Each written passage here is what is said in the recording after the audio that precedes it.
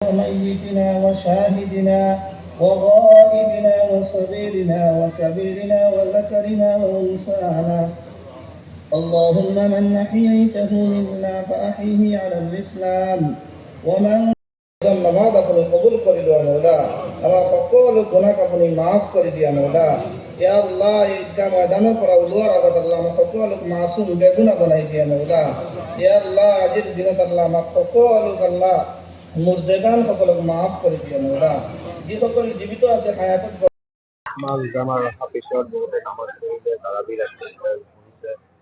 ইবাদত কৰিছে এই ৰোজাই যে আমাৰ যিটো ভক্তিবোধৰ যিটো এনাজৰী ডাল আমাৰ সমূহ অসমবাসী ৰাইজ আৰু বিশ্ববাসী ৰাইজ বা জাতি ধৰ্ম বৰ্ণ নিৰ্বিশেষে যে আমি ভালকে থাকিব পাৰো আৰু আমাৰ আহি থকা দিনটোত আমি যে চবেই ভাই ককাই হিচাপে থাকি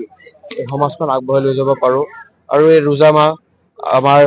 আল্লাহ তাআলাই আমাৰ চবৰে ৰোজা কবুল কৰক আৰু আমাৰ আহি থকা দিনকেইটাত আমি কি কাম কৰিব পাৰি ওপৰলৈ আমাক এটা ৰাস্তা দেখাওক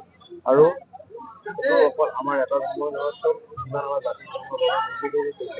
তো আমি অসমবাসী ৰাইজ আমাৰ বিশ্ববাসী ৰাইজ আমাৰ ভাৰতবাসী ৰাইজ আমি একেলগে আহি একগোট হৈ আমি কাম কৰি যোৱাটো আমাৰ উদ্দেশ্য সেইটো আমাক ওপৰলৈ আমাৰ ৰাস্তা অঞ্জুমানে নগাঁও টাউন ঈদগাহ কমিটি এটা ঐতিহাসিক ঈদগাহ ময়দান পৰম্পৰাগতভাৱে এই ঈদগাহ পথাৰৰ পৰাই আমি সমূহলে ঈদ মুবাৰক জ্ঞাপন কৰোঁ আজিও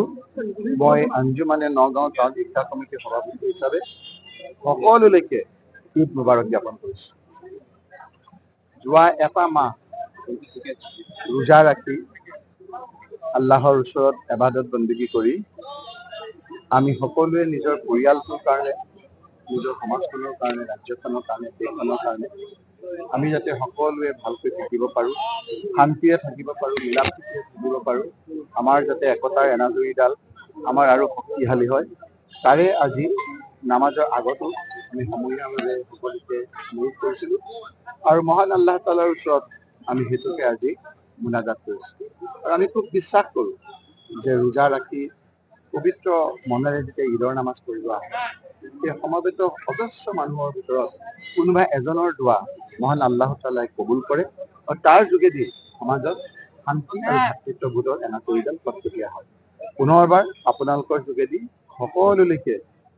আমাৰ নগাঁওবাসী ৰাইজ